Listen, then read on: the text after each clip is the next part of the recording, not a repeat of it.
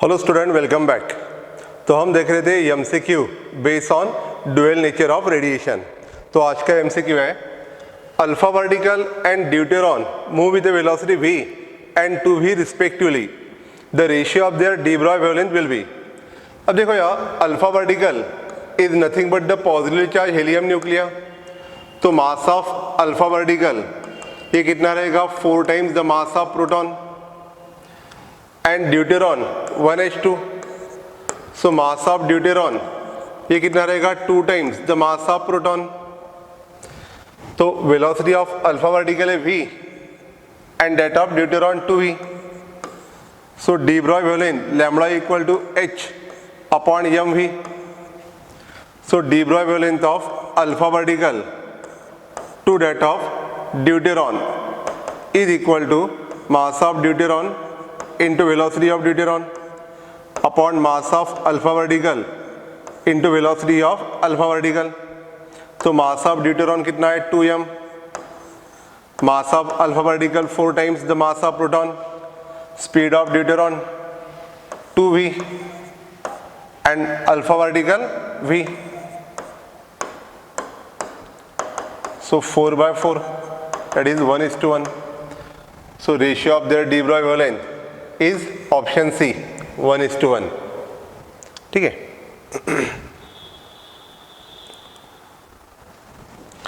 Next है electron use in an electron microscope are accelerated by a potential of 25 kilovolt. If the voltage increase to 100 kilovolt then the de Broglie wavelength associated with the electron will be. अब देखो यार, when potential difference V1 equal to 25 kilo volt, उस समय de Broglie wavelength है lambda 1 equal to lambda. And when voltage increase to 100 kilo volt the de Broglie wavelength associated with it is lambda 2। We know that de Broglie wavelength lambda equal to h upon under root 2em ev, that is de Broglie wavelength is inversely proportional to square root of accelerating potential। de Broglie wavelength inversely proportional to square root of accelerating potential, and therefore lambda 2 upon lambda 1 is equal to under root v1 upon v2 is equal to under root v1 25 kilovolt upon 100 kilovolt 1 upon square root of 4 1/2। so lambda 2 equal to lambda 1 upon 2, that is de Broglie wavelength equal to lambda by 2। so we say that the decrease by 2 times, decrease by factor 2 बोल सकते हैं। so option C। next है the ratio of de Broglie wavelength of an electron of energy 10 electron volt to that of a person of mass 66 kilogram traveling at a speed of 100 km per hour is of the order of। अब देखो यहाँ for electron lambda equal to h upon under root 2 mass of electron into energy of electron. ठीक है, तो यहाँ पे lambda equal to h upon under root 2m और kinetic energy कितना है? 10 electron volt, that is 10e। We know that h upon under root 2m e की value कितना आती है? 12.27 into 10⁻⁻10 angstrom, sorry 2.27 into 10⁻⁻10 metre upon root v। तो यहाँ पे कितना आएगा? ये 10 हो गया D Broglie wavelength of electron. and for a person de Broglie wavelength is equal to h upon mass of person into velocity of person। तो h mass of person है 66 किलोग्राम और वेलोसिटी है 2000, सॉरी वेलोसिटी है 100 kilometre 100 kilometre per hour. इसको metre per second में करेंगे 100 into 5/18, ठीक है। So the de Broglie wavelength of electron to that of a person moving with speed of 100 kilometre per hour, तो यहाँ पे आएगा 12.27 × 10⁻⁻10 इलेक्ट्रॉन है upon √v h 66 into 100 into 5/18। तो इसको सॉल्व करने के बाद ये आता है नियरली 1.0 इंटू 10⁻⁻27/1, ठीक है। तो इसको कैलकुलेट करना पड़ेगा, तो नियरली आता है option B 1 into 10⁻⁻27, that is the de Broglie wavelength of electron having energy of 10 electron hold to the person moving with a speed of 100 km per hour is nearly 10⁻⁻27/1 ratio. The de Broglie wavelength of proton accelerated through a potential difference of 1 kilovolt.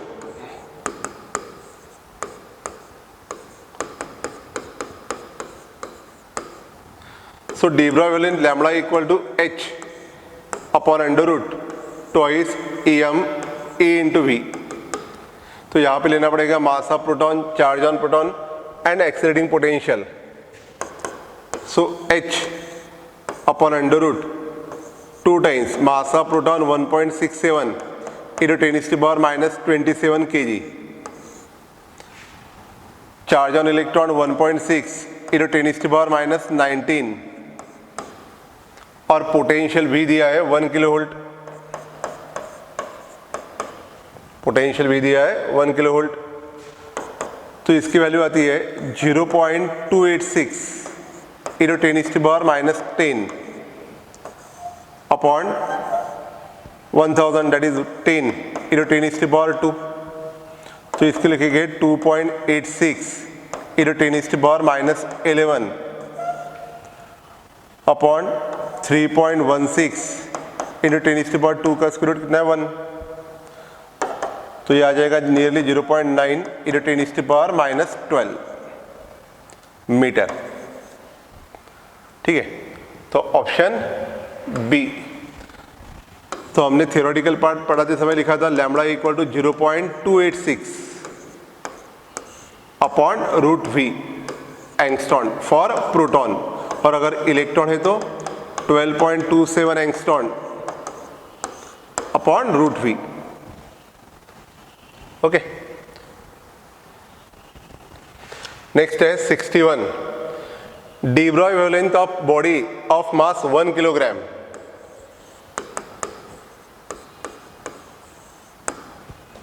Moving with the velocity of 2000 metre per second.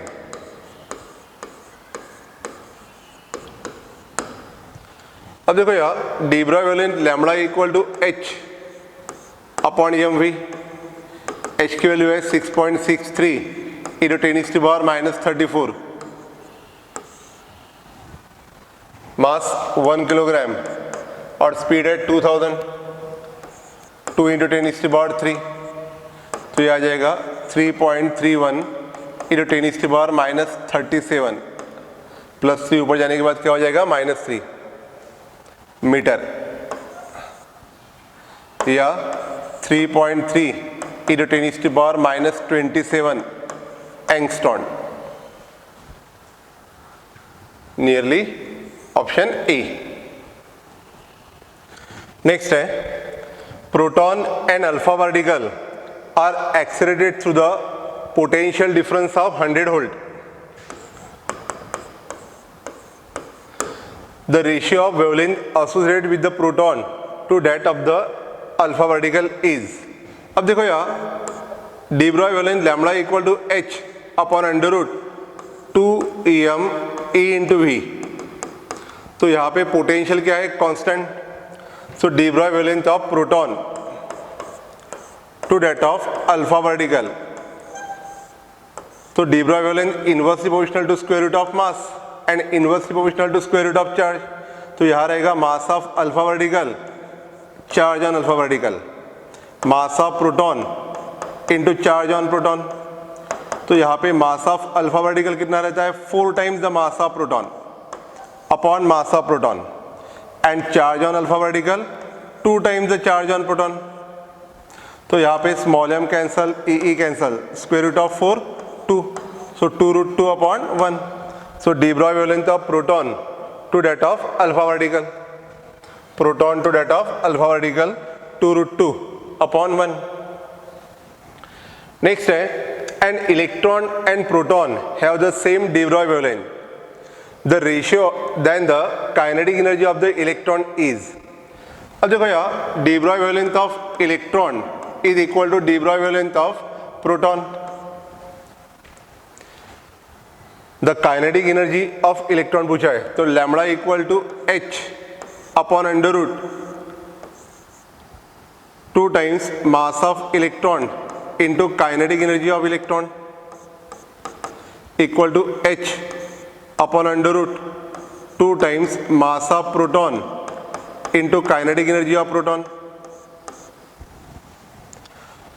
Squaring both side.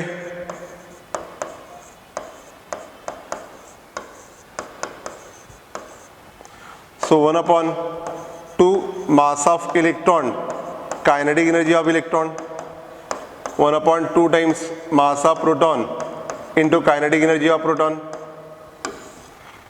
So kinetic energy of electron upon kinetic energy of proton, kinetic energy of electron upon kinetic energy of proton is equal to mass of proton upon mass of electron. अब यहां देखो, mass of electron is less than the mass of proton, mass कम है तो kinetic energy क्या रहेगी ज्यादा। सो kinetic energy of electron is greater than the kinetic energy of proton. So kinetic energy of electron is greater than the kinetic energy of proton, option D.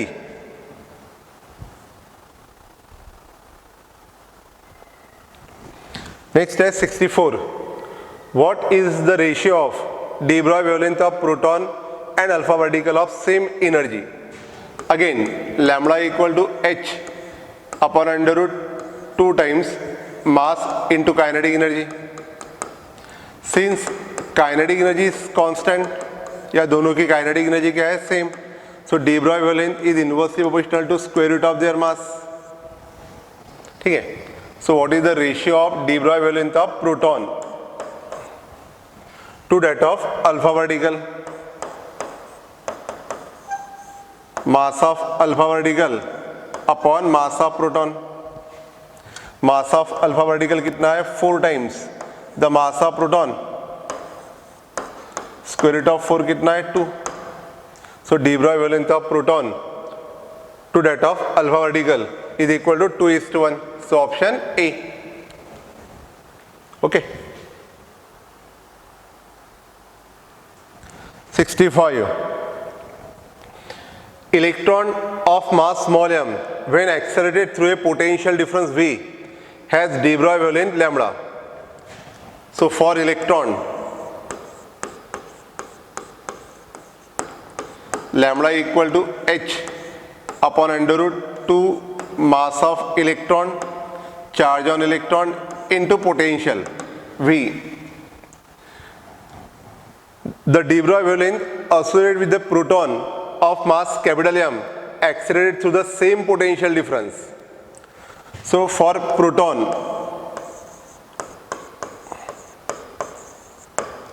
so de Broglie wavelength of proton equal to h upon under root 2 mass of proton, charge on proton and potential difference v. So since potential is constant, so de Broglie wavelength of proton to that of electron is equal to under root, charge भी same है, potential भी same है, तो de Broglie wavelength inversely proportional to square root of mass. तो यहाँ पे mass of electron upon mass of proton, so de Broglie wavelength of proton upon de Broglie wavelength of electron, तो for electron lambda, ठीक है, is equal to under root mass of electron small m and mass of proton capital M. So de Broglie wavelength of proton equal to lambda times under root small m upon capital M. So option B. Next है, a beam of light of wavelength lambda is totally reflected at normal incidence by a plane mirror. The intensity of light is such that the photon hits the mirror at the rate n. Given that the Planck's constant h, the force exerted by the mirror, force exerted on the mirror by the beam is. अब देखो यार, force acting is equal to rate of change of momentum. तो सबसे पहले निकालेंगे initial momentum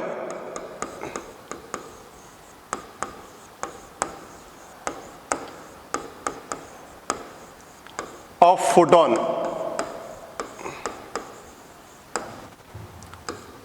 P equal to h by lambda. Initial momentum है P. When reflected, final momentum equal to minus P. Initial momentum है plus P, तो after reflection direction opposite हो जाएगी, तो final momentum minus P. Change in momentum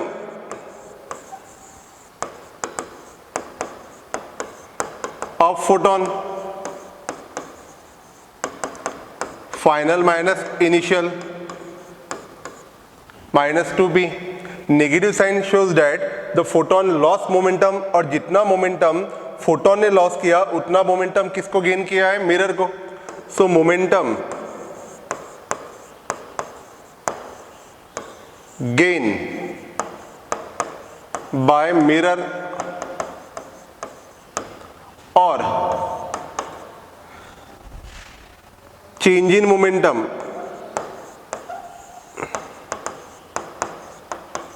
of mirror equal to 2p, that is 2h by lambda. एक photon कितना momentum loss करेगा? Minus 2p. और जितना मोमेंटम फोटोन लॉस करेगा उतना मोमेंटम कौन गेन करेगा? सरफेस. या कितना मोमेंटम चेंज होगा सरफेस का? 2p से, that is 2h by lambda. n number of photon incident per second. So change in momentum of mirror n into 2h by lambda. n क्या है? Number of photon incident on the mirror per second. तो एक second में n number of photon incident हो रहे हैं.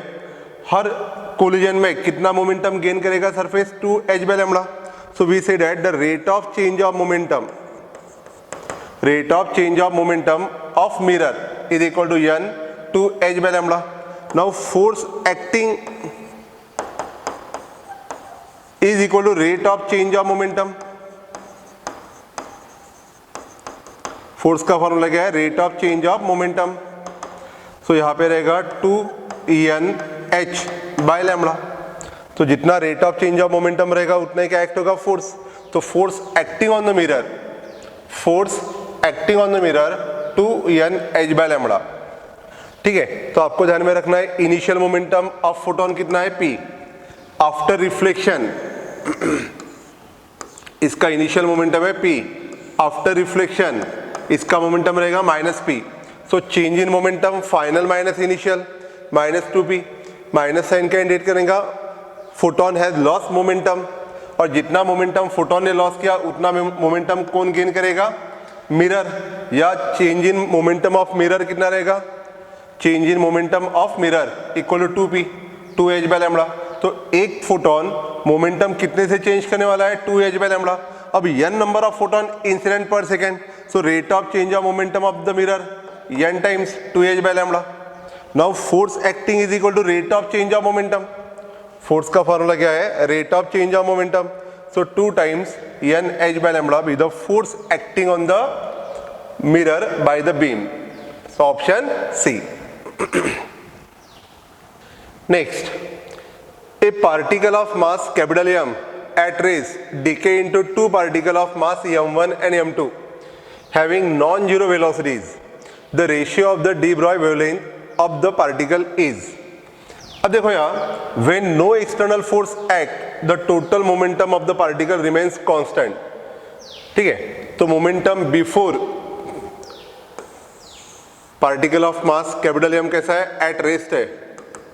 It decay into two fragment m1 and m2 moving with the velocity v1 and v2 respectively.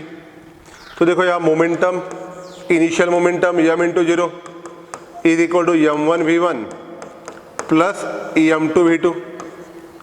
So zero equal to m1 v1 plus m2 v2 और m1 v1 is equal to minus m2 v2।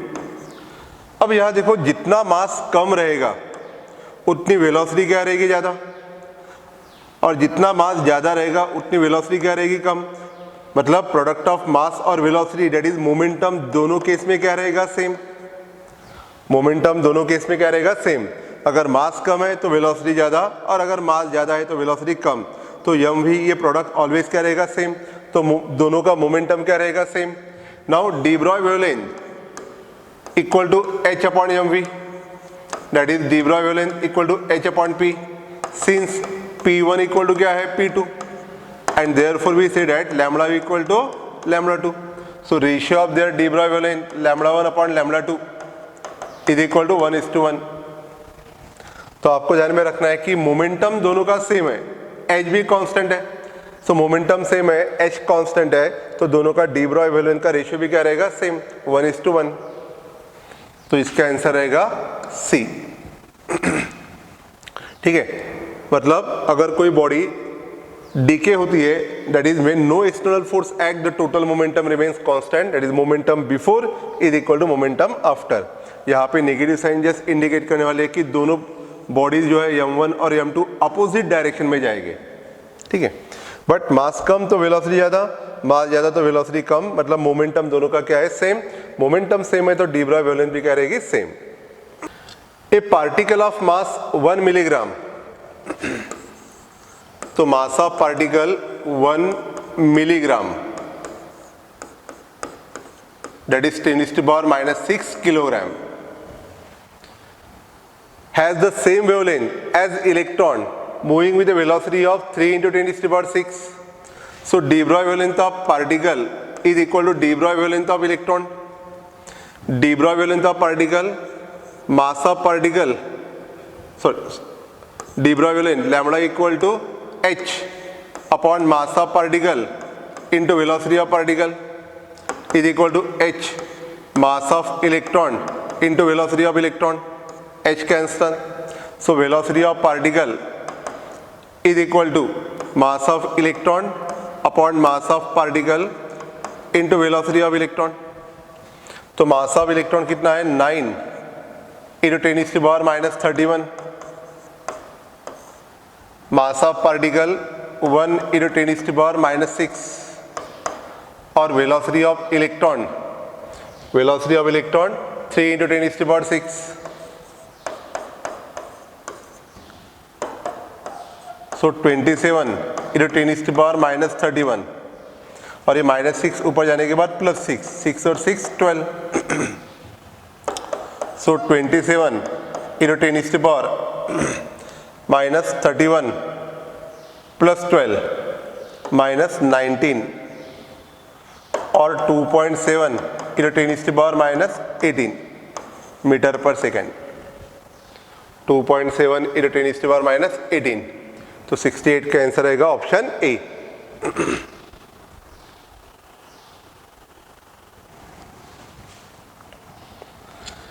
Next है, if the momentum of electron change by p, momentum of electron change by p, then the de Broglie wavelength associated with it changes by 0.5%, मतलब delta lambda upon lambda, delta lambda upon lambda कितना है, 0.5%, that is 0.5 upon 100. Then initial momentum of the electron will be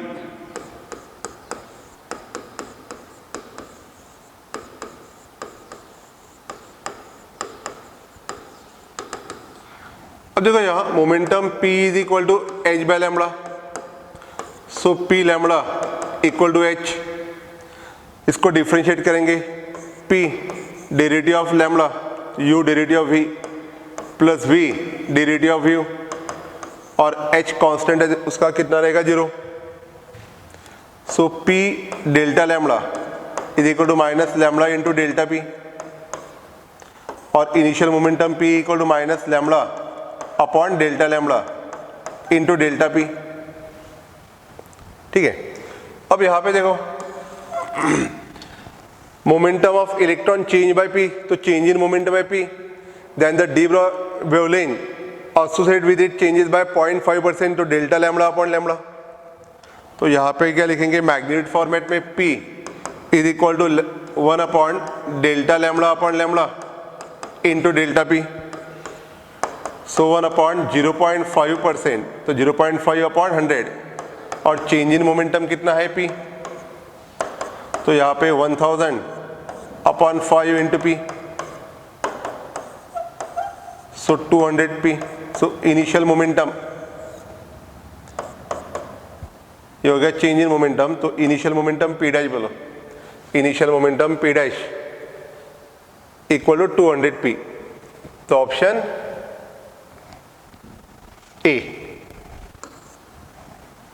ठीक है, तो momentum P equal to H by lambda, so P lambda equal to H, इसको differentiate किया P derivative of lambda plus lambda derivative of P, और ये constant है तो 0, so P delta lambda equal to minus lambda into delta P, और P equal to minus lambda upon delta lambda into delta P, और इसको solve करने के बाद इनिशियल मोमेंटम कितना आएगा 200 P।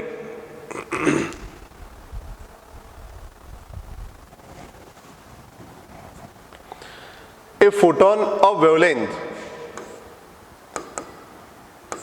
6630 angstrom unit, that is 6.63 into 10 to the power minus 7 meter, incident on a totally reflecting surface, the momentum delivered by photon is equal to, अब again initial momentum कितना है P,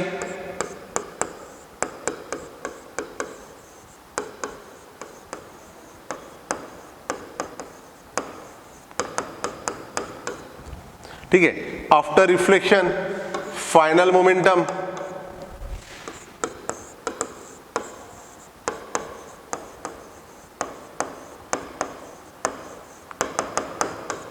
so change in momentum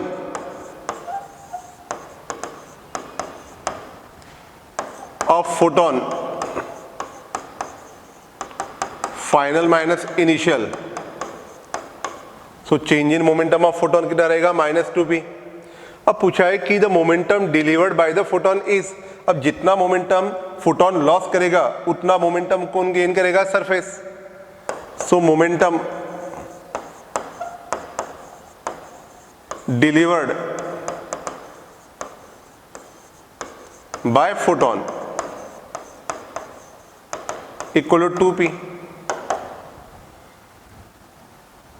which is equal to 2 h by lambda, 2 h की value है 6.63 into 10 to the power minus 34, और lambda की value 6.63 into 10 to the power minus 7,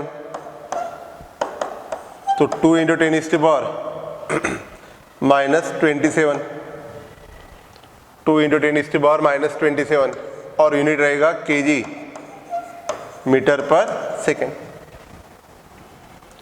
ठीक है, तो ये हो गया अपना फोटो इलेक्ट्रिक इफेक्ट और ड्यूअल नेचर ऑफ रेडिएशन के सभी तरह के एमसीक्यू। तो ये चैप्टर यहाँ खत्म हो गया।